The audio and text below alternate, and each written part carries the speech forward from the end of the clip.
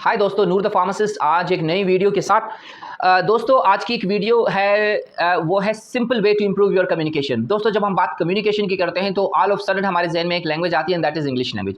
Basically आज हम बात करेंगे आप इंग्लिश लैंग्वेज को किस तरह इम्प्रूव कर सकते हैं। देखिए सबसे पहले अगर आप किसी सेंटर में जाते हैं, किसी इंस्टीट्यूशन में जाते हैं, तो वो आपको लगा देते हैं ग्रामर सीखने पे, रीडिंग सीखने पे, विकेबलरी सीखने पे। इससे क्या होता है, बहुत ज़्यादा टाइम लगता है और जब आप ये तमाम चीज़ें सीख चुके होते हैं तब तक आप इतने थक चुके होते हैं कि आपके अंदर एनर्जी और आपके अंदर वो पैशन और एंथुसियाज्म नहीं होता लर्निंग का। तो आप ग्रामर तो अच्छी बोल लेते हैं, ग्रामर तो अच्छी सीख लेते हैं, लेकिन इंग्लिश अच्छी बोल नहीं सकते। क्या रीज़न है? रीज़न है प्रैक्टिस का। आज हम थोड़ा-सा हट के बात करेंगे। सबसे पहले देखें, अगर आपको इंग्लिश बोलना सीखनी है, तो सबसे पहले अपने दिल के अंदर से जो खौफ है कि लोग क्या कहेंगे, लोग कुछ भी कहें, आप लोगों को साइड में रखिए और आप ये सोचिए कि मुझे अपनी इंग्लिश इंप्रूव करनी है। आप पहली बात। दूसरी बात ये है कि आप कंप्लीट सेंटेंसेस याद करें। देखिए मैं आपको एक छोटी-सी मिसाल देता हूँ। आपने अपनी मदर टंग जो भी आपकी है वो बोलते हैं। आपने अपनी मदर टंग के अलावा अपने गली मोहल्ले में कोई दूसरी लैंग्वेज बोली जाती होगी, वो भी आपको आती है। क्या रीज़न है, वो आपको क्यों आती है? उसका रीज़न ये है कि आपने उसको सुना, उससे कंप्लीट जुमले याद किए, वो कंप्लीट जुमले आपने अपनी प्रैक्टिकल लाइफ में अप्लाई किए और आपको जुमलों के साथ-साथ सब लैंग्वेज पूरी आ गई।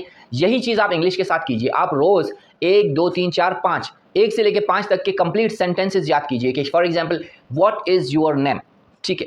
What were you doing that day? आप ये सेंटेंस याद कर लिए। What were you doing that day? What is your future planning? What are you doing right now? इस तरह के कंप्लीट सेंटेंसेस याद कीजिए दिन में 1 से 5 और आप हफ्ते में 30 से 35 सेंटेंसेस याद कर सकते हैं।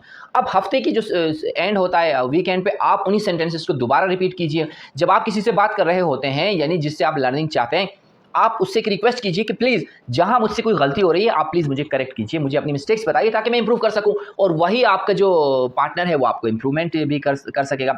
इसके अलावा आप देखें एक चीज़ और, आप कोई इंग्लिश न्यूज़ सुना करें, कोई भी फॉर एग्जांपल जो आपके मुल्क में कोई भी इंग्लिश न्यूज़ आ रही है आप वो सुना करें। बीबीसी वगैरह से हटकर कोई भी सिंपल दूसरे जो नॉन नेटिव है उनकी आप लैंग्वेज सुनेंगे। देखिए जो नॉन नेटिव होता है जब वो इंग्लिश बोलता है तो वो इंग्लिश बड़ी साफ-सुथरी और अलग-अलग बोलता है जो आपको और हमें आसानी से समझ में आती है। लेकिन जिस तरह अमेरिकन नेटिव्स होते हैं, फॉर एग्जांपल मैं मिसाल देता हूँ आपको। अमेरिका की अगर हम बात करते हैं, जो डोनाल्ड ट्रंप जिस तरह बात करता है और बराक ओबामा अगर आप देखें तो दोनों में एक बहुत डिफरेंस है। यानी बराक ओबामा हर लफ्ज़ अलग-अलग से अच्छे तरीके से बोलता है, जबकि ये जो डोनाल्ड ट्रंप साहब हैं वो इतनी तेज़ी से, फरावानी से आधे-आधे अल्फाज बोलते हैं कि हमें और आपको समझ में नहीं आते हैं। लिहाज़ा आपने ये कोशिश करनी है कि आप लिसन करें और लिसनिंग के बाद आप उसको अप्लाई करें, प्रैक्टिकली अप्लाई करें, तो ये आपको बहुत अच्छी चीज़ होगी। और अगर आप फर्दर जल्द से जल्द इंप्रूव करना चाहते हैं तो कोई भी सॉफ्टवेयर आप डाउनलोड कर लीजिए। आप मोबाइल ऐप बहुत सारी आती हैं, वहाँ से कोई सॉफ्टवेयर डाउनलोड कर सकते हैं, या उसके अलावा आप यूट्यूब पे मुख्तलिफ चैनल्स हैं जहाँ पे पढ़ाए जाते हैं, जहाँ पे सिखाया जाता है, आप वो करें। इसके अलावा आप नियर बाय किसी फ्रेंड्स के साथ आप जो है ना डेली कम से कम 30 मिनट्स 1 आवर इंग्लिश कन्वर्सेशन रखें, आप उसके पास जाइए, उससे सिर्फ बात कीजिए,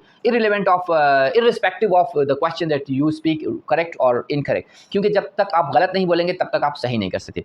तो ये तमाम चीज़ें हैं दोस्तों, और उम्मीद है अगर आप इनको फॉलो करेंगे तो आई एम डेम श्योर कि आप आराम से इंग्लिश सीख सकते। एक मिसाल मैं आपको दूँगा। मैं फर्स्ट टाइम जब दुबई आया था, मैं वहाँ एक टैक्सी ड्राइवर से मिला और मुझे बड़ी हैरानगी हुई जब मैं उससे बात करने लगा, क्योंकि उमूमन ये इंग्लिश ही बोलते हैं, तो मैंने भी इंग्लिश बात की। लेकिन मैंने देखा कि वो बहुत अच्छी तरह इंग्लिश बोल रहा था, बड़ा उसका अच्छा प्रोनंसिएशन अच्छा था, उसकी ग्रामेटिकल स्ट्रक्चर अच्छी थी। खैर उनसे इंग्लिश में बात करते-करते आखिर में मैंने जब अपना इंट्रोडक्शन करवाया, फिर उनसे बात हुई, तो फिर उनसे यही बात हुई और मैंने ऑब्ज़र्व किया कि उन्होंने किस तरह इंग्लिश सीखी। वो नॉन मैट्रिक थे और कोई एजुकेशन नहीं थी, लेकिन he was speaking very good English. तो these are the different observation I thought I should share with you. So please try this and you will improve. Thank you so much, take care.